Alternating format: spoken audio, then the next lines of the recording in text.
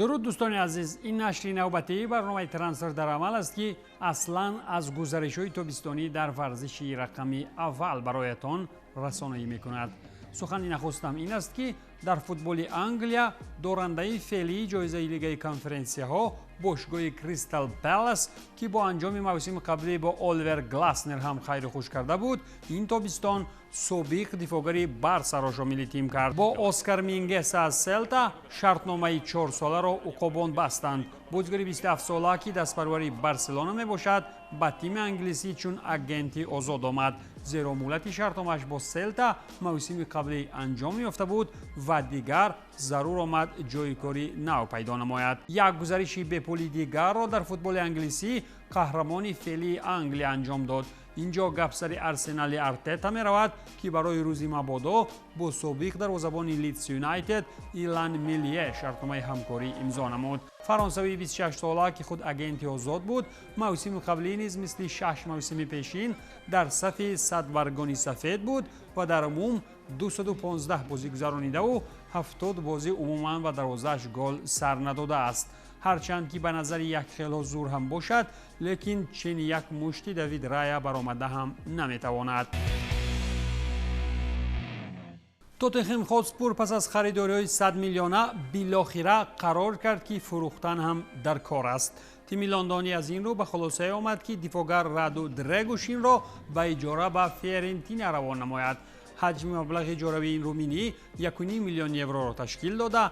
پس از انجام اجاره میتوان رادو را با نرخ 17.5 میلیون یورو خریداری نمود، ولی برای این کار باید که شرط‌های معینی را اجرا کرد. دفاعگر 24 ساله با همین لندن را یک طرف گذاشت و به سمت فلورنسیا پرواز میکند.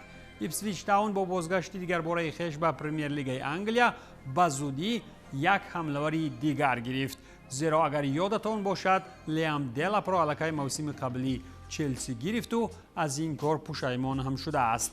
از این رو ایپسویچ را ضرور آمد که برای سطح پرمیر لیگ انگلیا بر عوض 28.3 میلیون یورو از تولوز امرسونی 21 ساله را بیارد. شرطنامه با بازیگر نو به مدت 5 سال بسته شده.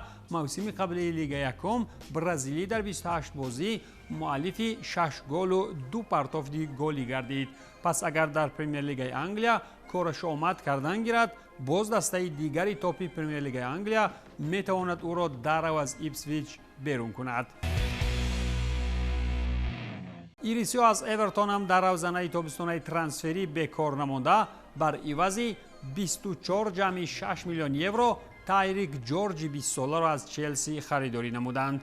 مدت شرطنامه با بازیگری جوان تا تابستان سال 30 بود که خودی بازیگری جوان نیمه دوم موسم قبلی در اورتون برآمد میکرد. ما از این برآمدی جورج مرسی سایدی های کبود پوش را باور کنونید که از برای بازیگری 20 ساله باید که مصرف کنی بیشتر از 20 میلیون یورو را ارزنده دانست. فوتبال کشور اسپانیا که به شرافت برآمد موفق تیم ملی این کشور در جهان از خود سر و صداهای بلند بر سما برداشت، با ترانسفرهای تابستانیش هم در عالم ورزش رقمی اول رخشان و تابان است. این مورد بیتیس از اندلوسیا فران گارسیا یا خود دفاعگر جوان ریال مادرید را بر عوض 4 میلیون یورو شامل ستاد بودرینگ ها کرد. یعنی رفتن فران معنای آن را دارد که ژاژه عموما نسبت این دفاعگر کار ندارد. فوتبال بازی 26 ساله با بیتیس شرطنامه مدتش تا سال 30 امضا نموده. البته که ریال با استفاده از فرصت حقوق دارد که 50% از حجم مبلغ فروشی بعدی فران گارسیا را هم در جیب شاهی زند. در کشوری تامین کننده صفت و برآورنده ماشین‌های نامدار چون BMW و اودی کارهای فوتبالی چون پیشین در سطح باشگاهی درستند. اینجا البته که گپ سری دسته منتخب نرفته، اقلاً سری فعالی ترانسفری باواریا باید سخن کرد. باواریا بعد خریداری براون و سایبری وقتی فروش بازیگران نیت داشت که این مورد ترکان را خرسند کند. باواریا میونخین دروازه‌بان الکساندر نیوبل را بر عوض 6.5 میلیون یورو به بشکتاش استانبول فروخت. مدت شرطنامه نیوبل با استانبولی ها 3 سال را در بر گرفته. 3 موسم اخیر را دروازه‌بان در اجاره در شتوتگارت میگذرانید. در فوتبال ایتالیا وضعیت بازاری این است که باشگاه اتلانتا از برگامو توانست که این تابستان بر عوض 12.2 میلیون یورو از کالیاری جانلوکا گایتانو را خریداری نماید. برگاماسکو علاقه اوید خریداری نیم حمایتگری 26 ساله رسما اعلان نموده با وجود نقش‌های جای داشته و مربی نو در سیمای ماوریسیو ساری میتوانند به موسم نوین آمادگی‌های خاصه ببینند. موسم قبلی سری آ گایتانو در 33 بازی مؤلف 2 گل و 4 پرتافت گلی گردید و اکنون در سطح دسته بالاتر برآمد خواهد کرد. لارنسو اینسینیا یکی از چهره‌های سابق نامدار باشگاه ناپولی به صف سمپدوریا پیوست و شرطنامه مهلتش تا تابستان سال 27 امضا نمود. اینسینیا که در ردیف گامشیک و مرتنز از زمره چهره‌های پسندی دل در سابق دسته مارادونا بود، اکنون مراتبه دیگر کوشش کمک به دسته دیگر نامدار وطن در 35 سالگی میکند. اینسینیا از ماه ینور سال روان در صف پسکارا برآمد میکرد که تیمش در سری ب زینه آخر گرفت، ولی لارنسو در 13 بازی تیم 5 گل و 3 پرتافت گلی با آمار گرفت و با همین آمارش به دسته نامدار آمد. قهرمان فعلی ایتالیا باشد با دروازه‌بان لاتزیو از ریم همکاری ها را آغاز میکند. ایوان پراویدل بر عوض 3 میلیون یورو با اینتر میلان شرطنامه 3 ساله بسته تلاش میکند که برای دسته کیوو سر از موسم نوین اقلاً دردی سر نشود. دروازه‌بان 32 ساله لاتزیو از سال 22 این جانب در صف تیم ریمی برآمد نموده موسم قبلی سری آ 27 بازی گذرانید و همین قدر گل هم به دروازه‌اش سر داد.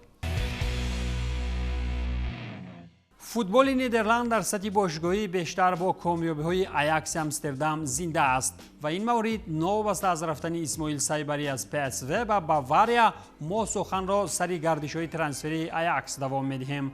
بلیند 36 ساله مراتبه سوم به آیاکس برمیگردد و این نوبت دفاعگری سابقه دار شرطنامه 1 ساله است. آخرین تیم بلیند ژیرونا بود که در چمپیونات اسپانیا موسم قبلی زینه 19 هم گرفت و راست به سمت سگوندا پایین شد. بلیند باشد در صف آیاکس در عموم 333 بازی گذرانیده مؤلف 13 گل هم شده است. از این رو دستپروری خود را در آمستردام 5 بار و 6 بار هم باشد به ملال قبول کردن میگیرند.